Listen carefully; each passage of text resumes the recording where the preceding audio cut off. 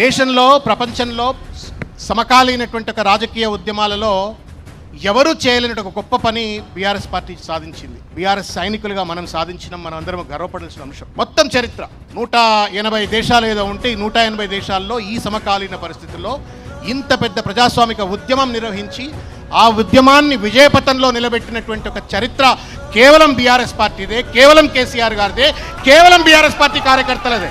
మనది మనం చెప్పుకోం కాబట్టి గర్కా మురికి దాల్కా బరాబరే కాబట్టి మనం చెప్పుకోం. కానీ త్రూఅవుట్ ద వరల్డ్ హిస్టరీ అంతా చూడండి, ఇంత పెద్ద మూమెంట్ ఎవరు నడపలా, ఇంత పెద్ద ప్రజా ఉద్యమాన్ని ఎవరు నడపలా, విజయపథంలో పెట్టి మళ్ళా ఒక రాష్ట్రాన్ని సాకారం చేసుకున్నట్టు ఒక మహానాయకుడు ఎవరు లేరు.